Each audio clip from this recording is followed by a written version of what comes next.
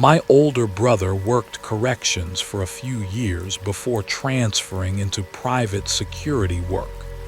He's not really the type to exaggerate stories, which is why this one stuck with me.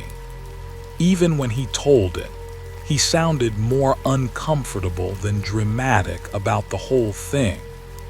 This happened sometime around 2018 when he took a temporary overnight contract at an old detention facility in the desert outside Nevada. Officially, the place had been shut down years earlier after the military transferred operations elsewhere.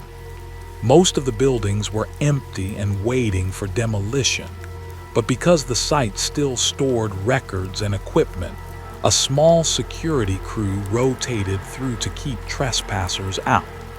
According to him, the facility felt wrong immediately. Not haunted or movie creepy, just abandoned in a way that didn't seem natural, like people had left too quickly. Offices still had paperwork stacked on desks. Old cafeteria menus were still pinned to bulletin boards. One hallway apparently still had coffee mugs sitting inside a break room covered in dust. The strangest part was the prison wing underground.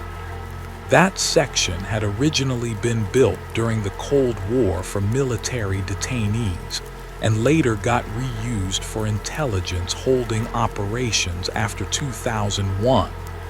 By the time my brother arrived, the lower blocks were supposedly empty and permanently closed off, only they still ran nightly headcounts. At first, he assumed it was leftover procedure embedded in the shift schedule. Bureaucratic nonsense nobody bothered removing. Every night around 1 a.m., the guards on rotation had to walk certain cell blocks, confirm security doors, and radio inmate counts back to central monitoring. The weird thing was the forms already had names printed on them. Not inmate numbers, names. Every single night, the count sheets listed the same 37 detainees assigned to Block D. My brother noticed it during his second shift. He asked the supervisor why they were still doing inmate counts for an empty prison wing. The supervisor just said, "Because we're required to." That answer apparently irritated him because nobody could explain who was requiring it. The military no longer operated the facility. Most of the prison staff were long gone. The place barely had enough funding to keep lights on in half the buildings. But every night, exactly at 1 a.m., someone still performed count. My brother eventually got assigned to assist with Block D rounds alongside an older guard named Mercer who'd worked the site since before decommissioning. According to him, Mercer treated the process way too seriously for an abandoned prison. They had to walk cell by cell with flashlights even though every room was empty. At each door, Mercer would stop briefly, check the slot window, then quietly say a number under his breath before moving on. When my brother joked about counting ghosts, Mercer apparently snapped at him hard enough to end the conversation immediately. That was the first red flag. The second came a few nights later when my brother reviewed archived incident logs during downtime. Several names on the count sheet matched people officially listed as missing. Not escaped, missing. Some had military backgrounds, others were foreign nationals. One was apparently a journalist detained overseas before vanishing during transfer custody years earlier. Most had no confirmed death records, no release paperwork either, just missing. After that, he started paying attention during rounds. Block D sat beneath the older sections of the facility, behind reinforced blast doors thicker than anything else on site. The cells themselves looked strange too. No bars, just heavy steel doors with narrow observation, windows, and restraint points bolted into concrete floors. The kind of place clearly designed for long-term isolation. My brother said the first genuinely unsettling thing happened during one of Mercer's headcounts. They reached cell 14 when Mercer suddenly stopped walking. Then he stepped backward slightly and waited. My brother asked what was wrong. Mercer told him quietly, "You moved too fast." Apparently, there was an exact pace they were supposed to follow during count. My brother laughed because he thought the guy was messing with him. Then Mercer asked him if he'd heard the knocking yet. That question bothered him because right as Mercer said it, there actually was a sound somewhere down the corridor. Metal tapping, very faint, 3 knocks.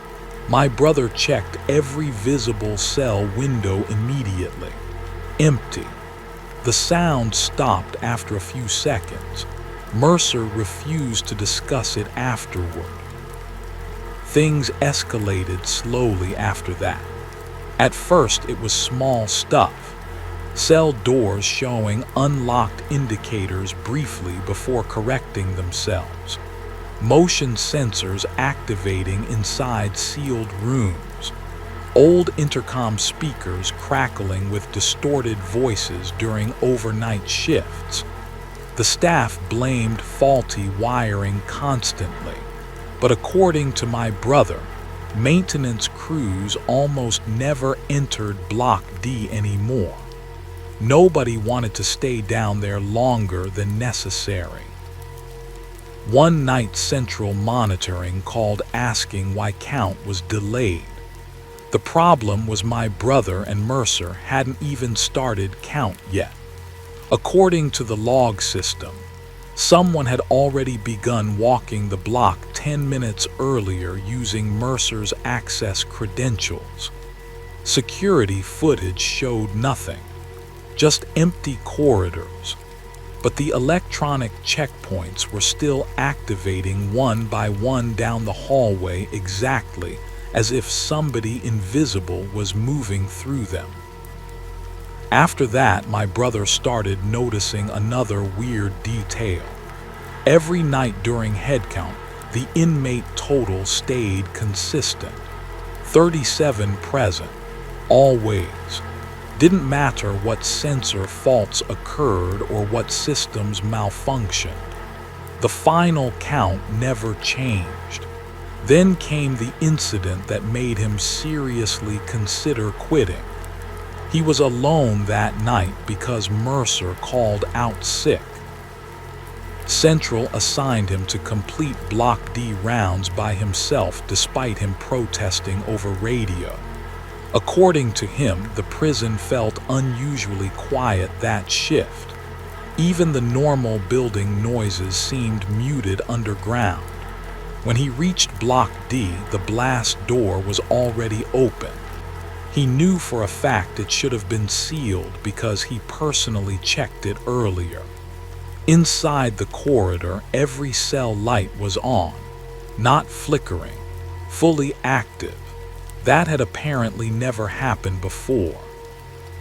My brother radioed Central immediately asking if maintenance teams were inside the block. No response came back, just static.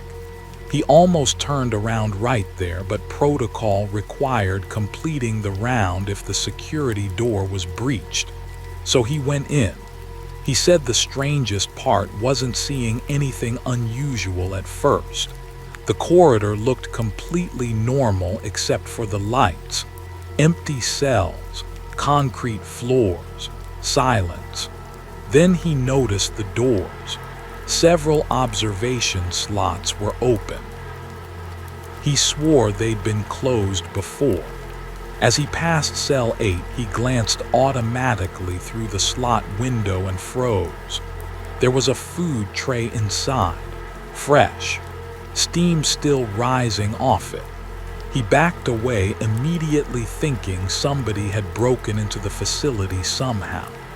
Then he noticed movement farther down the corridor. Not clear movement, more like silhouettes shifting briefly behind the narrow windows as he walked past. He told himself it was lighting distortion. But the deeper he moved into the block, the more obvious it became that some cells weren't empty anymore. Not fully occupied either. Just shapes sitting motionless in darkness where no one should have been. He radioed Central again, demanding backup.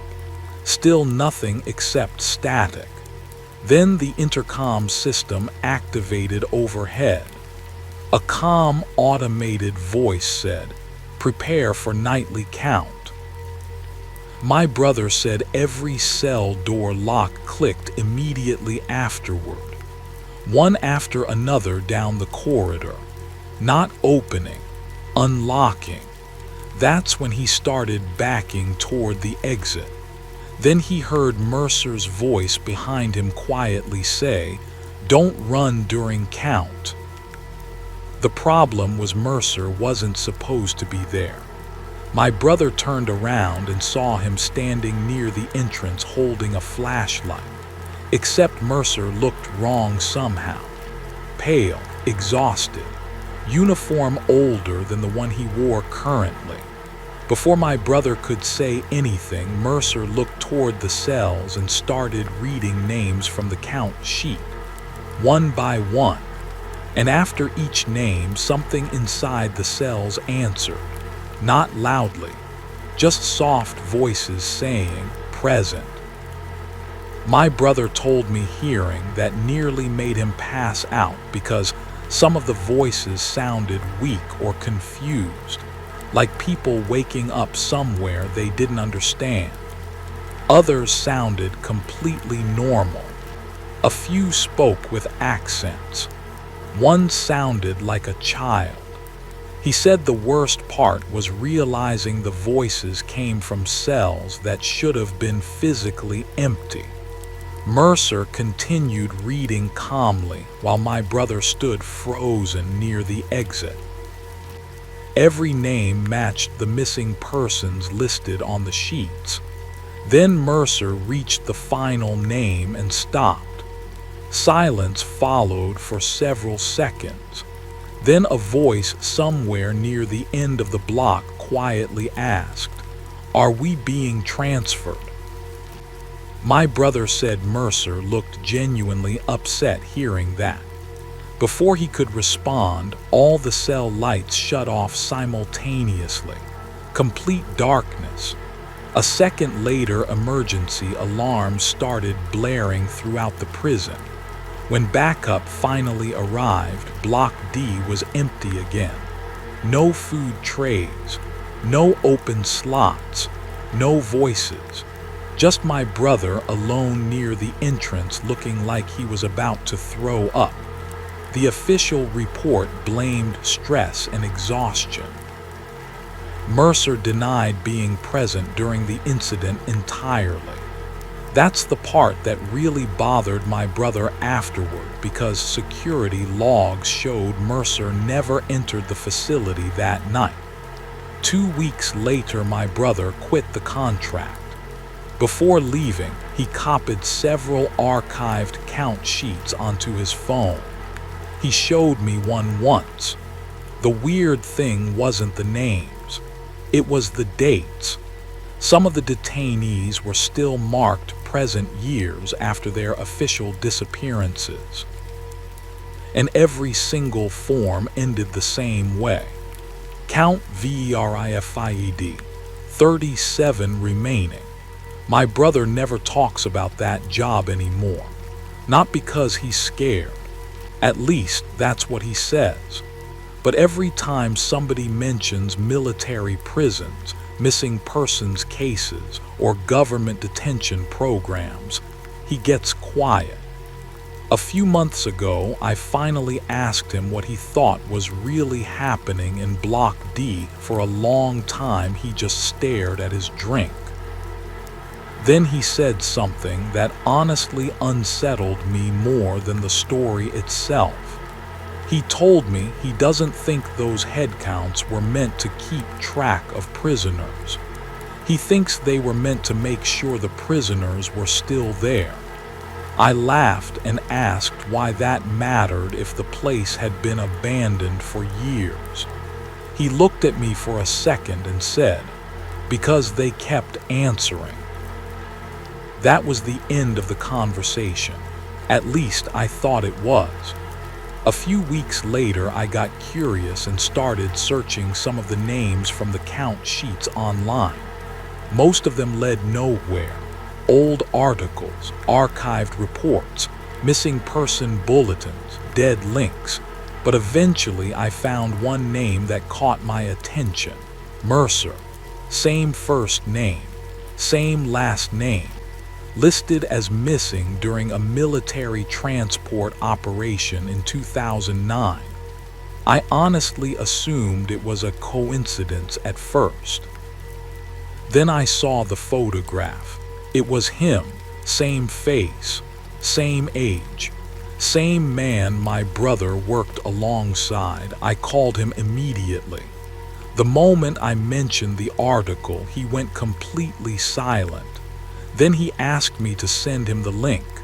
About an hour later, he called back. The first thing he said was, "Delete it."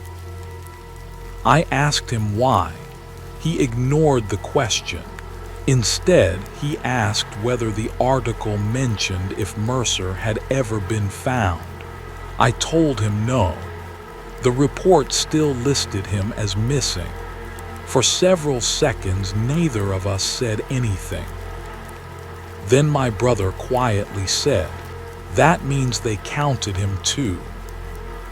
The line went dead a few moments later. I haven't brought it up since. But every now and then I still think about that facility sitting out in the desert, about the empty cells, about the voices answering roll call from rooms that should have been vacant, and about a headcount that continued long after everyone was supposedly gone. Because if my brother was right, somebody is still walking through Block D every night at 1 a.m., still reading names, still waiting for answers.